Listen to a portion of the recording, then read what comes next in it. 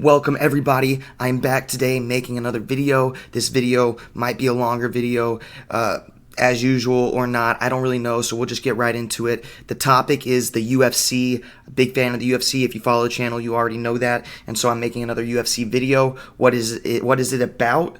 Well, let's just get into it. UFC 302 just happened about a week or two ago, something like that.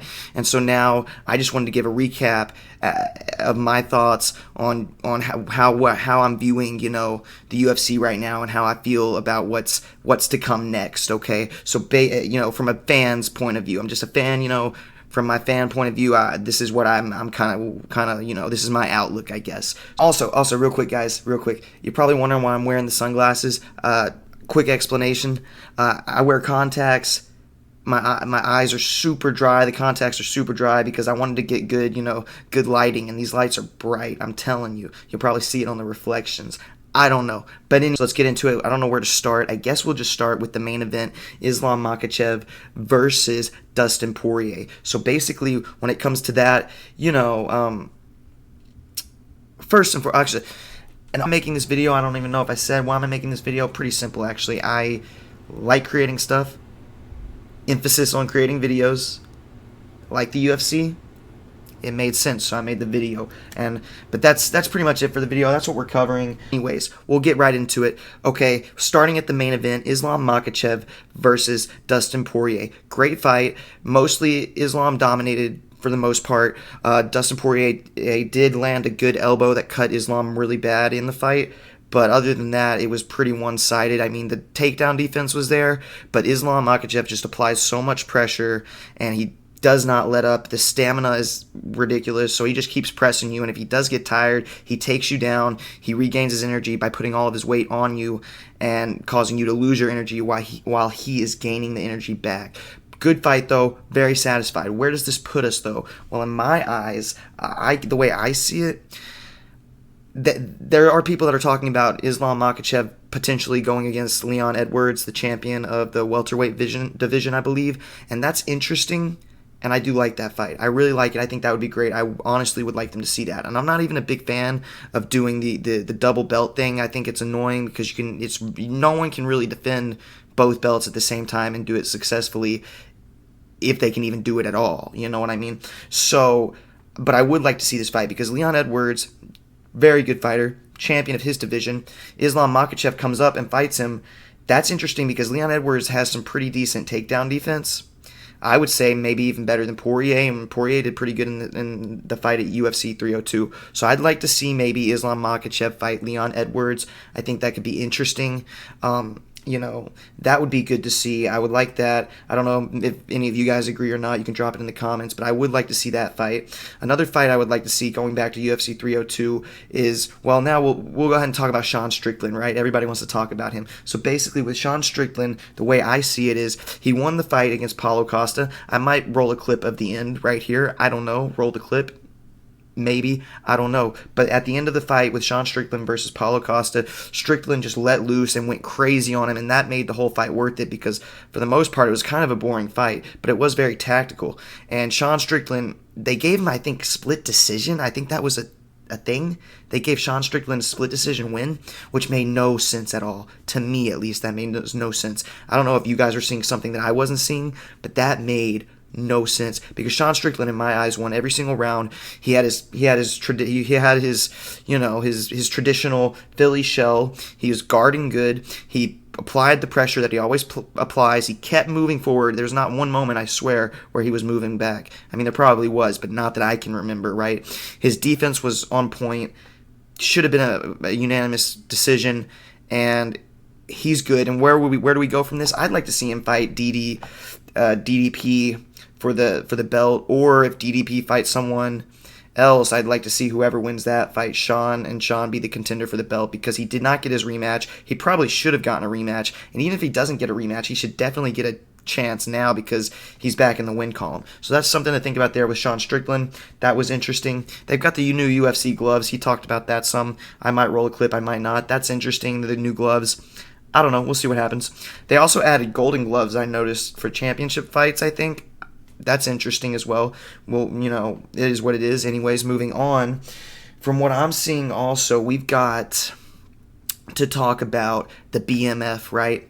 Because Max Holloway, current BMF, I would like to see Max Holloway go against, dare I say, Michael Chandler, because I don't think the Conor McGregor fight with Chandler is going to happen, to be honest. It keeps getting canceled, pushed back. I don't know if it's even going to happen, and if it does, that's great. I would love to see that fight. That would be awesome. I really like both those fighters, but the problem is Chandler is sitting out so long just to get this fight, and he wants the payday, and that's rightfully so. I get that much. I get that. But my issue is it's been over almost probably 2 years since he has fought. He's probably, the last time Michael Chandler fought was like 2 years ago, and I believe he was coming off of a loss to Dustin Poirier. So at this point, it's like he might be wasting his career. I don't know, because John Jones, who hasn't fought in a while, fought more recent than Michael Chandler. That's how long it's been. That's how much delay there's been. So honestly, give Michael Chandler versus Max Holloway for the BMF belt, because let's not forget what Michael Chandler did to Tony Ferguson. Roll the clip. We're going to roll that. Okay, Michael Chandler took Tony Ferguson out, and that was in the most BMF way you can do it. So give Michael Chandler a shot for BMF, or I don't know, but I really would like to see maybe Michael Chandler fight for BMF, or even Conor McGregor fight for BMF. Why? Because it would be a rematch versus Holloway, right? And they're both BMFs. Same thing with Chandler. They're all BMFs, right? So I would like to see something happen with that there. What else do we need to talk? Here we go. So Dustin Poirier, right? Dustin Poirier lost the title fight main event at UFC 302. There's talks of him potentially retiring. I don't want to see that. I don't think he's done. Like, he's still got so much skill and is still one of the best in the division. He just went against the best in the division. He's one of the best. He just happened to go against the best, who happened to be the champion, who happened to be one of the highest pound-for-pound fighters, and we can talk about that real quick. Islam Makhachev, in my eyes, should be number one pound-for-pound. Dana White's saying John Jones. Yeah. Dana right here. Yep. Just to go back to Islam, he's now on a 14-fight winning streak, which is the third longest in history behind Anderson Silva and Usman. What would it take for him to surpass John Jones in your mind for that pound-for-pound number one? I mean, when you think about what pound for pound really means, right? He fought Volkanovski, who's a weight class lower than him. John Jones beat everybody at light heavyweight, then beat the best heavyweight in the division like it was nothing at a higher weight class. So, I mean, John Jones is absolutely positively the pound for pound best fighter in the world, probably the greatest fighter of all time in any sport. When you talk about who's the baddest dude in the world, you put two guys in a room and who walks out, John Jones walks out of the fucking room every time. No question about it. yeah. And in no way trying to diminish John's accomplishments, but like, you know, he's But but he's fought once in the last however many years. Islam's fighting multiple times a year, defending. So like, at what point does activity outweigh? well, you know, John's? beautiful. I like that you asked that question. Let's talk about activity. 3 years off. Nobody, not even Ali, nobody's ever come from 3 years off and looked the same.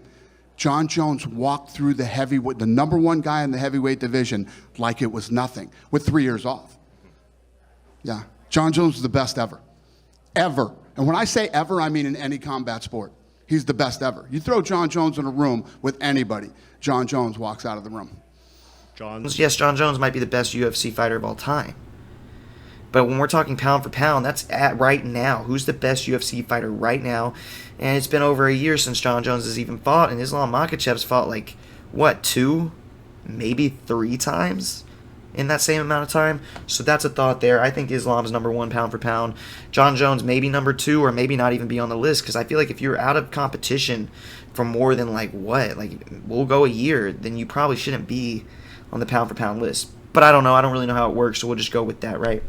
And then what else can we see here?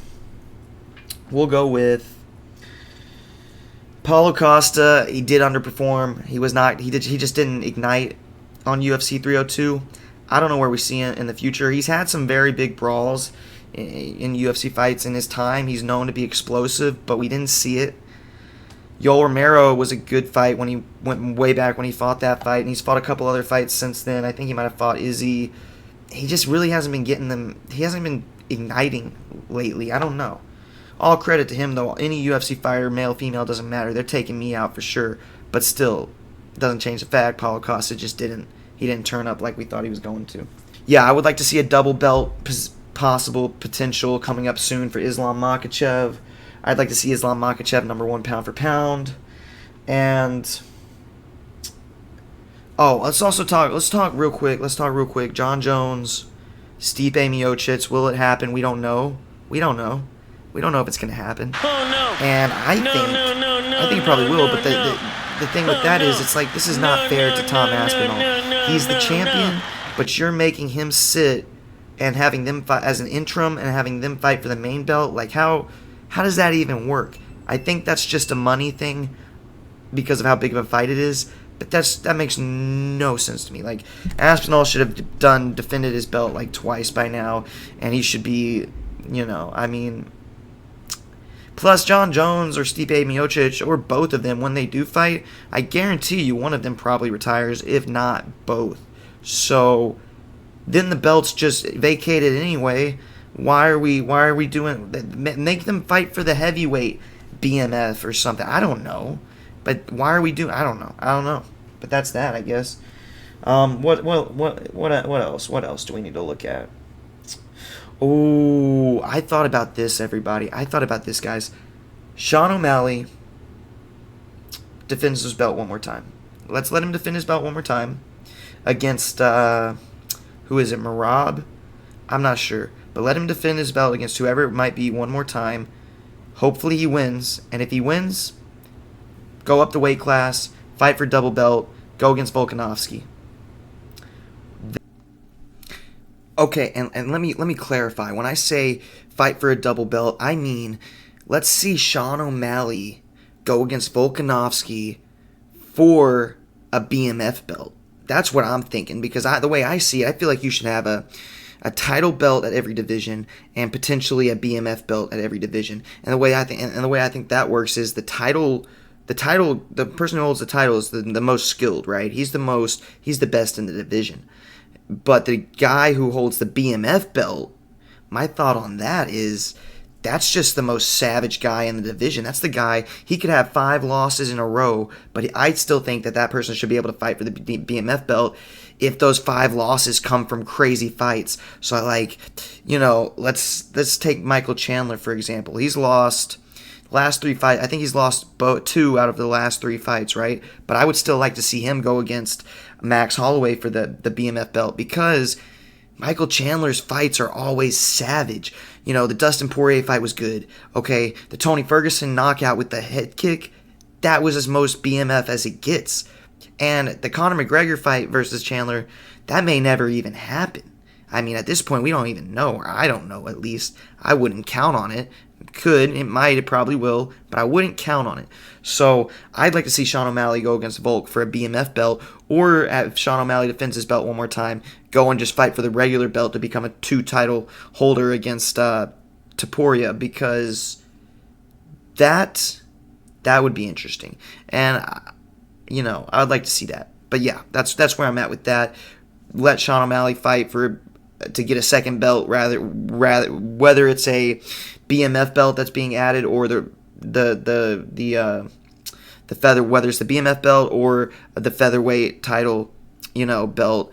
Either or, add the BMF belt. Either way, I'd like to see one more defense by. I'd like to see Sean O'Malley defend his belt one more time, go up, fight Topuria for the belt, or fight for a new BMF belt or something at the higher weight class against Volk. Do one of those, and hopefully he wins. And if he does win, vacate the actual title just so he could have it, or defend that title once and go back down. The reason I'm saying this is because Sean O'Malley has a very hard weight cut. He has a very hard weight cut.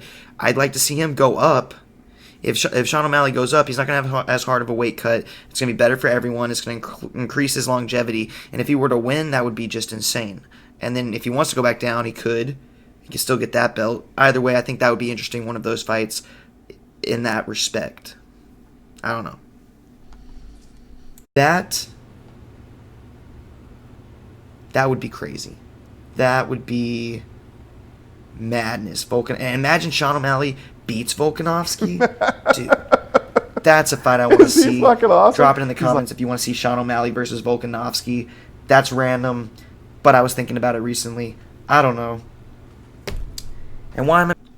Okay, so let's finish up here. Let's talk about the up and comers, right? So we talked about the main guys. Let's just cover one guy real quick who's rising in the ranks quick. Okay, so at UFC and specifically to UFC 302. So we saw at UFC 302, not on the main card. We saw on the prelims. We saw a guy by the name. Okay, so now let's talk about the up and comers, right? Okay. And specifically to UFC 302. So there's a lot of new people getting added to the UFC, guys going up and down the rankings, whatever, trying to get to that high paid position, right? At UFC 302, I think that fighter is Grant Dawson. Okay, let's talk about Grant Dawson, or KGD as he goes by, right? So basically, Grant Dawson fought at UFC 302. He won his fight. It was either by decision or submission, okay? But why are we talking about Grant Dawson? Well, since he entered the UFC, and I'm going to fact check this to make sure, but since he entered the UFC, he's only lost, I think, one fight, and that was against Bobby Green. If you know the UFC, you know he's pretty decent. Bobby Green is not bad. So that's the only fight he's lost, and he's been in, like, I don't know, 12 UFC fights. He had a draw, I think, in one of them. So a loss, a draw, and then like 10 wins, okay, in the UFC, all right? And to add insult to injury, Grant Dawson, actually, he's, from what I'm looking at here, he actually has one of the highest top percentages in UFC lightweight history, not just current UFC lightweight history. I'm talking all UFC lightweight history. Grant Dawson is one of the best grapplers and one of the best submission artists in the division right now, and in the division of like all time, to be honest, if you're just looking at the stats. So with that said, I think Grant Dawson's the guy to watch right now. Watch Grant Dawson. Let's see what he does. I think he's a contender. I think he's a threat.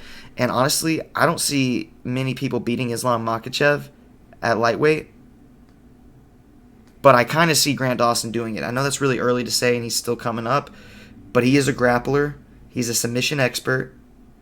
Has one of the highest top position percentages in UFC lightweight history and in all of UFC history. He's got a very high score there, very high stat. So watch Grant Dawson. That's who I'm calling to watch right now. That's my pick for the next big guy that's going to pop off in terms of skill. But yeah, that's basically it for the video. I try to keep it quick. I don't know if it was or not. That's what I'm kind of thinking in regards to the UFC right now, and just kind of the bullet points of where I'm at, and from a fan's perspective, and I would like to hear from a fan's perspective from you guys also in the comments what you guys think and where you kind of at with the UFC and what fights you want to see next. Like I said, I want to see that Islam Leon fight. I want to see that Sean O'Malley Volkanovski fight. I want to see that Max Holloway Chandler fight, okay? I want to see Aspinall versus anybody, or I would also maybe like to see the Conor McGregor versus Max Holloway fight for BMF once again. I'd honestly also like to see... Can we do this? Can we actually do this? Can we put Holloway versus Islam Makhachev? Islam Makhachev puts up his title. Holloway puts up his BMF title. That would be crazy. I mean, I'm watching that fight. But that's where I'm at. That's basically what I got today. That's my recap. That's my outlook on the UFC right now from a fan's perspective. Drop yours in the comments. Like, subscribe, dislike, share, all of it. Appreciate everyone for watching, and I'm out.